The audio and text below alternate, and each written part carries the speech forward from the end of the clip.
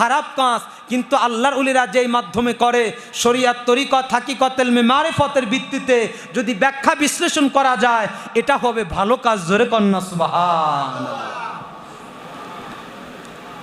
নৌকা দিয়ে পার হয়ে গেলেন, হঠাৎ করে একটা গ্রামের ভিতর গেলেন বাজান। একটা মাঠের ভিতর কিছু বাচ্চা ছেলেরা খেলাধুলা করতেছে, সুন্দর একটা বাচ্চাও খেলাধুলা করতেছে। বাচ্চাটাকে ডাকলেন, বললেন বাবা এদিকে আসো। বাচ্চাটা আসলেন, মুসা নবীর হাত থেকে আবার লাঠিটা নিলেন, বলল মুসা কালিমুল্লাহ, আবার তোমার লাঠিটা তুমি একটু দাও। যখন মুসা কালিমুল্লাহ লাঠিটা দিল, খিজির আলাইহিস সালাম কি করলেন?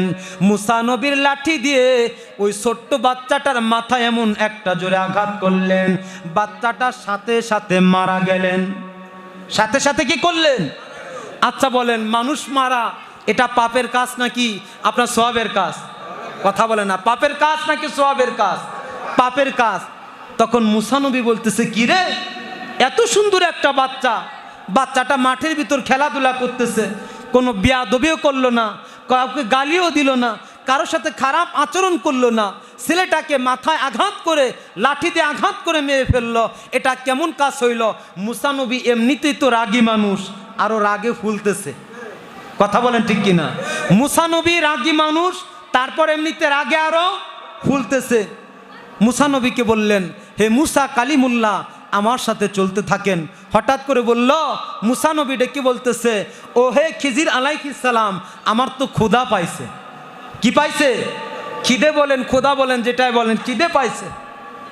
সারা গ্রামটা ধরেন, এ আপনার এ মাজার দিয়ে থেকে ধরেন নারাম দিয়া এত দূর হাঁটলেন, প্রত্যেক বাড়িতে গিয়ে বললেন, হে বাড়িওয়ালা, তোমরা কে আসো? আমি মুসা কালিমুল্লাহ এবং আমার সাথে হযরত খিজির আলাইহিস সালাম, আমরা দুইজন মুসাফির মানুষ, আমাদের অনেক খিদে পেয়েছে, তোমরা কি কেউ আসো, একটু খাবার খাওয়াবা? প্রত্যেকের বাড়িতে গেলেন, সবাই বলল না। যার বাড়িতে খাবার আছে সেও বলল না, যার বাড়িতে খাবার নাই সেও বলল না। এখন হাঁটতেছে, হাঁটলে ক্ষুধা বেশি লাগে কি লাগে না?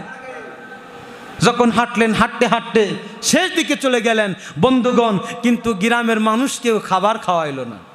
গ্রামের মানুষ কি খাওয়াইলো না? কেউ খাবার খাওয়াইলো না। বন্ধুগণ, একটা আমল শিখাই দেয়। আল্লাহর নবী বললেন, পৃথিবীর ভিতর সবচাইতে ভালো দুইটি আমল হইল, এক নম্বরে আমল হইল মানুষকে সালাম দেয়া, আর একটা আমল হইল মানুষকে খাবার খাওয়ানো। সুবহানাল্লাহ কয় না? যারা কয় না তারা মনে মনে বলতেছে, যদি খাবার খাওয়ানো লাগে, যদি হুজুর যদি তাদের বাড়িতে খাবার খাইতে যায়, মনে মনে এই ভাবতেছেন। কয়টা ভালো কাজ? জোরে বলেন, কয়টা? এক নম্বরে সালাম দেয়া, আর দুই নম্বরে মানুষকে খাবার খাওয়ানো। যারা বলতেছেন আর সেই গল্পের মতো, একজন মানুষ রাস্তা দিয়ে হাঁটতেছে, 3 দিন পর্যন্ত না খাওয়া। কয়দিন? কথা বলে না, কয়দিন? 3 দিন পর্যন্ত না খাওয়া। আর একটা মানুষ যাইতেছে মাথায় করে রুটির ঝাঁকা নিয়ে। কি নিয়ে? জোরে বলেন, কি নিয়ে? রুটির ঝাঁকা নিয়ে। এখন যে ব্যক্তি 3 দিন পর্যন্ত খায় নাই, তার পেটে ক্ষুধা, কষ্ট কম না বেশি? জোরে বলেন, কষ্ট কম না বেশি? এখন কষ্ট বেশি, তিনি বসে বসে পথে বসে বসে কাঁদতেছে। যেটা রুটির ঝাঁকা নিয়ে যাইতেছে ওইটার দেখা দেখি করে ওই ব্যক্তিও কাঁদতেছে। একজন জ্ঞানী মানুষ যাইতেছে, বলতেছে, কিরে তোমরা দুইজন কিসের জন্য কান্না করতেছ? এখন যার ক্ষুধা লাগছে তাকে বলতেছে, ব্যক্তি তুমি বলো, আগে বলো তুমি কিসের জন্য কাঁদতেছ? ডাক দিয়ে বলতেছে, আমি 3 দিন পর্যন্ত না খাওয়া, আমি ক্ষুধার যন্ত্রণায় কাঁদতেছি। আবার পাশের যে ব্যক্তি বলতেছে, তুমি কেন কাঁদতেছ? বলে, এই ব্যক্তি 3 দিন ধরে খায় না, এই জন্য কাঁদতেছি। বলে, তোমার জাকার ভিতর কি? বলে, জাকার ভিতর তো রুটি।